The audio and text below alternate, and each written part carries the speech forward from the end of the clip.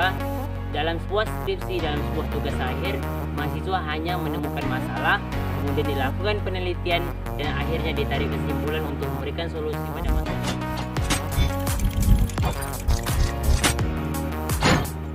Alhamdulillah, setelah saya menyelesaikan skripsi dari ujian sarjana, saya mencoba membuka kelas skripsi dan proposal secara gratis.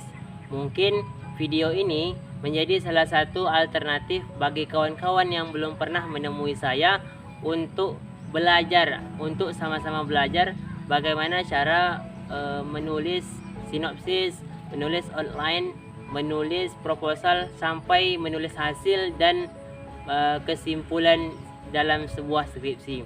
Maka besar harapan melalui video ini terkhususnya bagi kawan-kawan yang sama sekali belum pernah bimbingan sama saya juga mencoba untuk berbagi pengalaman dan ilmu yang saya punya kepada kawan-kawan untuk menyelesaikan studi dengan baik.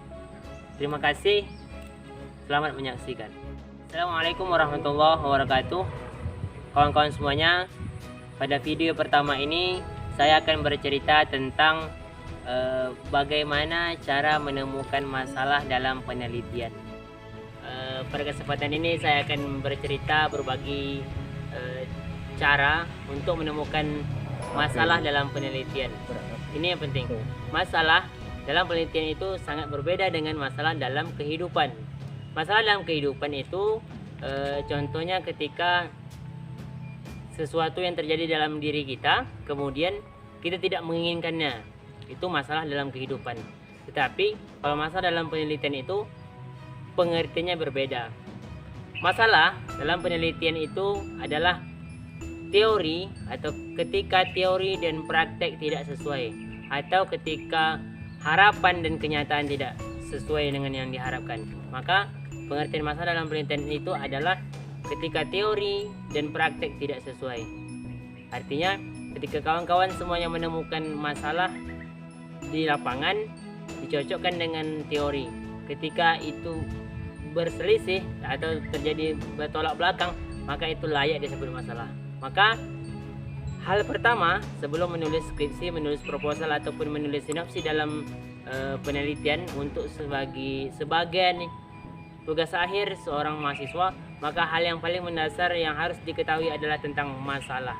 Maka ketika masalah yang sudah dapat, maka hal selanjutnya ialah itu akan lebih mudah untuk menulis skripsi dengan baik. Selanjutnya, setelah mengetahui pengertian masalah dalam penelitian, yang harus kita ketahui adalah seberapa penting masalah dalam penelitian. Masalah dalam penelitian begitu penting. Kenapa? Karena tanpa masalah, apa yang harus lagi diselesaikan dalam penelitian? Maka dalam sebuah skripsi, dalam sebuah tugas akhir, mahasiswa hanya menemukan masalah, kemudian dilakukan penelitian, dan akhirnya ditarik kesimpulan untuk memberikan solusi pada masalah tersebut. Maka masalah bagi sebagian jurusan merupakan hal yang paling mendasar dalam penelitian. Karena tanpa masalah, mustahil hal itu akan bisa diteliti dan bisa ditarik kesimpulan, bahkan diberikan solusi terhadap permasalahan yang terjadi. Kawan-kawan semuanya, setelah mengetahui pengertian masalah, seberapa penting masalah, dan yang ketiga adalah bagaimana cara menemukan masalah. Kawan-kawan semuanya, di dalam kehidupan banyak sekali kita menemukan peristiwa, fenomena-fenomena, kasus-kasus yang terjadi di lingkungan ataupun dalam kehidupan kita pribadi. Untuk menemukan atau untuk menentukan suatu kejadian tersebut layak dikatakan masalah atau tidak, kita harus mengacu kepada sebuah teori.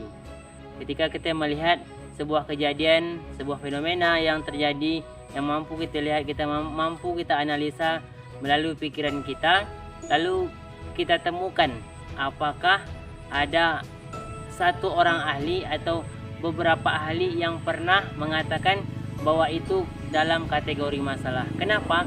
Karena sebagai seorang peneliti, kita tidak berhak menentukan itu adalah masalah. Kenapa? Kita ingin melakukan penelitian. Kecuali kita sudah selesai melakukan penelitian, baru kita berhak mengatakan itu adalah masalah. Namun ketika kita baru memulai penelitian, ketika kita baru ingin menulis sebuah sinopsis, sebuah outline ataupun tugas akhir dari sebuah kampus, maka kita harus mengacu kepada sebuah teori minimal. Jadi harus ada teori yang mengatakan bahwa kasus, fenomena, kejadian-kejadian atau peristiwa-peristiwa yang kita temui di lapangan itu disebut masalah dan layak dijadikan masalah, sehingga itu perlu diteliti. Maka yang paling penting adalah bagaimana kita menemukan teori yang relevan, yang cocok untuk masalah yang kita temukan di lapangan. Jika tidak ada, maka belum bisa dikatakan itu masalah yang layak untuk dijadikan penelitian. Untuk peneliti pemula, menemukan masalah merupakan hal yang paling sulit. Kenapa? Karena mereka menganggap masalah kehidupan disamakan dengan masalah penelitian.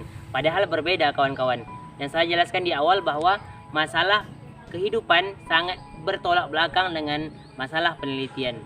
Sesuatu yang kita anggap dalam kehidupan itu masalah, maka belum tentu itu dijadikan masalah dalam penelitian. Maka di mana biasanya kawan-kawan bisa menemukan masalah? Contoh, dalam hal ini kawan-kawan memposisikan sebagai seorang guru, seorang mahasiswa yang berada di jurusan guru. Maka besar kemungkinan 90% kawan-kawan harus menemukan masalahnya di siswa atau di guru, bahkan di sekolah. Maka tidak dibenarkan tidak dibenarkan seorang peneliti yang basicnya guru, yang basicnya pendidikan, tapi menelitinya di perusahaan. Jadi untuk menemukan masalah itu sesuaikan dengan jurusan kita. Andai kita jurusan pendidikan, maka temukan masalah melalui observasi, kunjungan sementara, ataupun diskusi-diskusi bersama guru, bersama kepala sekolah tentang hal-hal yang ingin kita tanyakan. Kita boleh bertanya masalah kepada guru, kepada siswa, bahkan kepada kepala sekolah. Itu untuk yang jurusan pendidikan.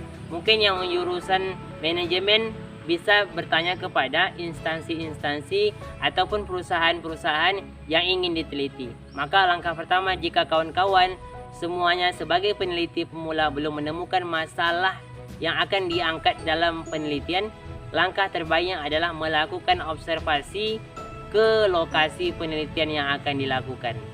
Kawan semuanya, pada kesempatan ini saya akan memberikan satu contoh saja tentang masalah. Sebelum saya memberikan contohnya, saya ingin bertanya kepada kawan-kawan semuanya. Ketika kawan-kawan menemukan seorang yang sedang lapar, hal itu disebabkan karena dia belum makan seharian, apakah itu disebut masalah idealnya? Saya ulang sekali lagi, jika kawan-kawan menemukan seseorang yang merasa kelaparan, hal itu disebabkan karena dia belum makan seharian, apakah itu disebut masalah? Jawabannya tidak. Kenapa? Karena sudah benar adanya. Kenapa? Karena menurut teori, orang yang belum makan pasti dia lapar. Dan itu di dalam penelitian tidak perlu dilakukan. Kenapa? Karena dimanapun orang di dunia ini yang diteliti, ketika kita ingin meneliti penyebab orang kelaparan, jawaban yang paling pertama adalah karena dia kelaparan. Dan itu tidak perlu dilakukan dan tidak menjadi masalah dalam penelitian.